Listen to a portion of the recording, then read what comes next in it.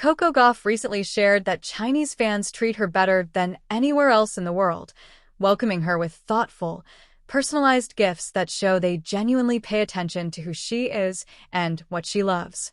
While parts of the American media spent her rookie season criticizing her game, questioning her maturity, and analyzing every mistake, China embraced her and made her feel appreciated.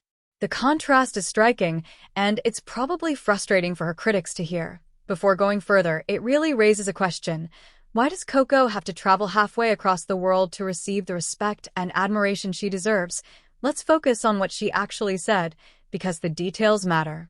During an interview at the China Open in Beijing, Coco was asked what leaves the strongest impression on her when she competes there. She didn't mention the facilities. She didn't talk about prize money or the level of competition. She talked about the fans. She explained that each year she visits China, she leaves with more gifts than the year before. And she made one thing very clear. In no other tournament do I receive as many gifts as I do here in Beijing. Not in the United States. Not at the Grand Slams. Not at the major events across Europe. Beijing stands out. For her, it isn't just about souvenirs. It's about feeling seen and valued, not only as an athlete, but as a person. The fans, I think. Every year I come here and I always leave with more gifts. Oh, it's for me? Yes. Oh, so nice. Thank you. In no other tournament I get as many gifts as I do here in Beijing. So I think the fans always leave the best impression for me, and they really study like what the things I like. So I think that's why it feels a bit personal. But here's the part that really stands out. Coco mentioned that Chinese fans really study the things I like, which makes their gifts feel personal instead of generic. Think about that for a moment. Fans in China aren't just showing up with random souvenirs. They're paying attention to her interests, her preferences, and her personality beyond tennis. They're putting real thought and effort into showing appreciation in ways that matter specifically to her. Meanwhile, back in the United States, large portions of the media and fan base spent much of her early career questioning whether she truly deserved her ranking, whether her success was legitimate, and whether she was overhyped. The contrast couldn't be sharper, or more uncomfortable for those who like to believe American sports culture always treats its athletes fairly, and this isn't even new. International fans have often shown more consistent support to American athletes than America itself does. It's a pattern that shows up repeatedly, especially for Black athletes and particularly for Black women. They succeed. They break barriers. They elevate their sport. Yet instead of universal celebration, they're met with skepticism, criticism, and constant questioning of their legitimacy. Then they travel overseas and are embraced like the champions they are. That alone should prompt serious reflection in America about why this keeps happening. But that kind of reflection rarely takes place, because acknowledging the issue would mean admitting there is one. To Coco's comment about gifts feeling personal in China may have seemed simple, but it reveals something deeper. When fans take the time to learn what you enjoy, what inspires you, and what makes you happy, and then choose gifts that reflect that understanding, it creates a genuine connection. It sends a message: I see you as a whole person, not just an athlete performing for my entertainment.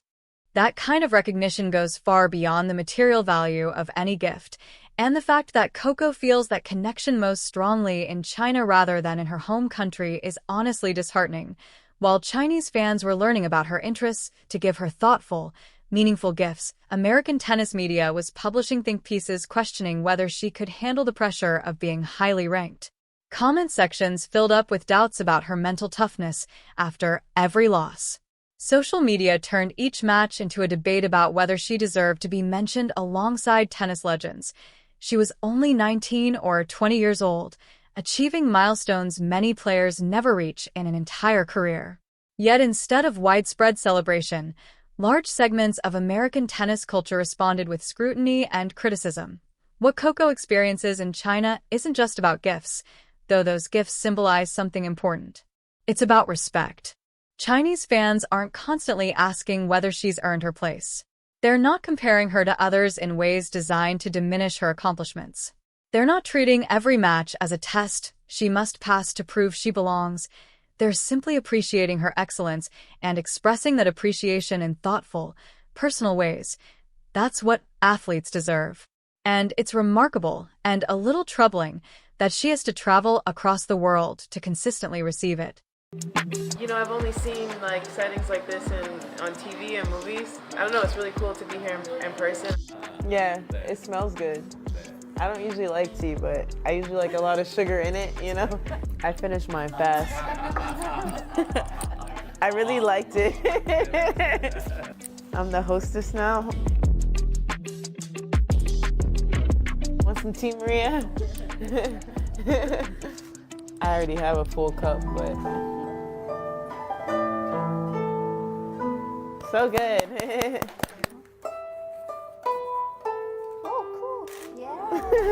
I've never been to China before, so it's really cool to experience these different things, and I appreciate the Chinese people and the people of the courtyard for allowing me to be a part of this experience.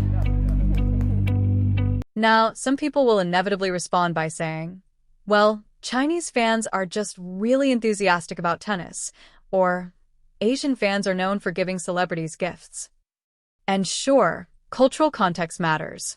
But let's not pretend that explanation covers everything. Coco didn't say she gets a lot of gifts everywhere in Asia. She didn't say every international tournament feels the same. She specifically said she receives more gifts in Beijing than at any other tournament. She plays in Europe. She plays in Australia. She plays across the world. But Beijing stands out. And it stands out because of the personal nature of the appreciation. This isn't just cultural enthusiasm. This is thoughtful recognition of who she is as a person. The irony is especially sharp when you consider how often American sports media and fans talk about supporting our athletes and showing American pride during international competition. Where was that pride when Coco was facing constant criticism early in her career? Where was the thoughtful appreciation of her accomplishments? Where were the fans studying her interests and showing support in meaningful, personal ways? Instead, large segments of American tennis culture were questioning whether she was mentally tough enough, whether her ranking was inflated, whether she could handle pressure. While Chinese fans were studying what she likes, Americans were studying her perceived weaknesses, and this pattern goes far beyond Coco. Serena Williams faced decades of disrespect, scrutiny, and racism in American tennis, even while being celebrated globally as one of the greatest athletes of all time.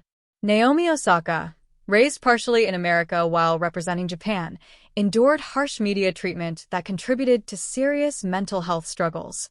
Simone Biles, arguably the greatest gymnast ever, was criticized for prioritizing her mental health at the Olympics.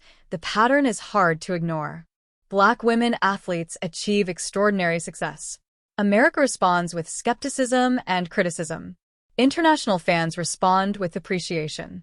And then Americans seem puzzled about why these athletes don't always feel supported at home. Coco's comments are also fascinating from a business perspective. She's a Nike athlete with major endorsement deals, and China is one of the largest sports markets in the world. A strong emotional connection with Chinese fans significantly increases her brand value in that region. Meanwhile, American tennis culture spent years publicly questioning her legitimacy, potentially weakening her domestic image, while another market strengthened its bond with her. Brilliant strategy, right? Nothing grows a sport like constantly undermining your young stars until they feel more appreciated overseas. What really stands out is her comment that fans study what things I like. That suggests a level of attention that goes far beyond casual fandom. These aren't just spectators watching matches and moving on. These are fans following interviews, engaging with social media, learning her interests, and translating that knowledge into meaningful gestures. That's intentional connection, and every athlete deserves that kind of engagement. It's honestly embarrassing that she has to travel across the world to receive it consistently. This also says something broader about American tennis culture. Tennis in the United States has long had complicated ties to race and class.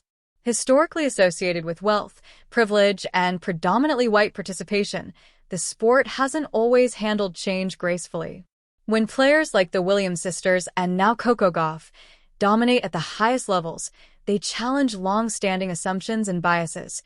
The response has too often been skepticism rather than celebration. Chinese fans, who don't carry the same historical baggage tied to race in American tennis, can simply appreciate excellence without filtering it through that complicated context. Timing matters. 2. Coco made these remarks after winning the China Open during one of the strongest stretches of her career. She was confident.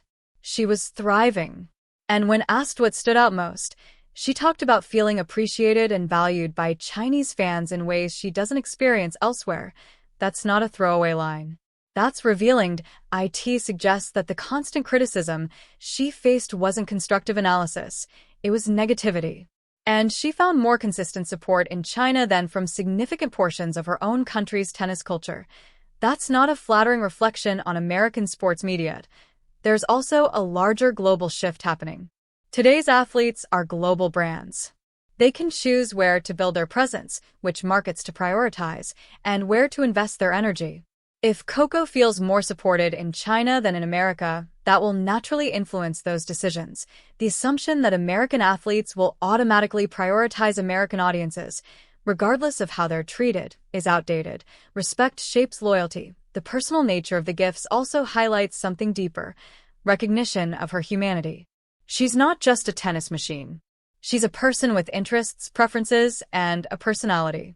Chinese fans show appreciation in ways that reflect that understanding. Contrast that with how American sports media often treats athletes as commodities or entertainment products. The difference is stark. Social media has given fans everywhere the same access. Chinese fans use that access to connect.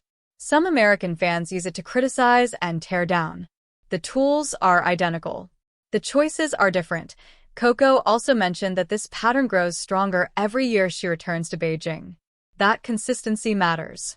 It means she can count on that support. Athletes navigating the highs and lows of professional sports need consistency of respect. Apparently, she finds that more reliably in China than at home, and this is happening after she has already proven herself, after major titles, after Grand Slam success, after silencing doubts. Even then, the place she feels most deeply appreciated is overseas. That should prompt reflection. But reflection requires acknowledging uncomfortable truths. There's envy layered into this situation too. Critics may resent the strong global support she's built. Other markets might envy China's connection with one of tennis's biggest stars. And American tennis culture should probably envy the fact that another country is doing a better job of appreciating an American athlete than America itself. That's the most uncomfortable part, and probably why it won't be widely discussed. This connects to broader conversations about where athletes feel safe and valued. Naomi Osaka spoke about hostile media environments. Simone Biles discussed overwhelming pressure without sufficient support. Now Coco is openly saying she feels uniquely appreciated in China. The common thread is clear. Black women athletes often find more humanity and respect abroad than within American sports culture. That reality is both heartwarming and deeply uncomfortable. Yes. The fact that Coco Gauff feels more consistently appreciated by Chinese fans than by large portions of her own country's tennis culture says something important. The question isn't why Chinese fans show her thoughtful appreciation. The real question is why American sports culture struggles to do the same.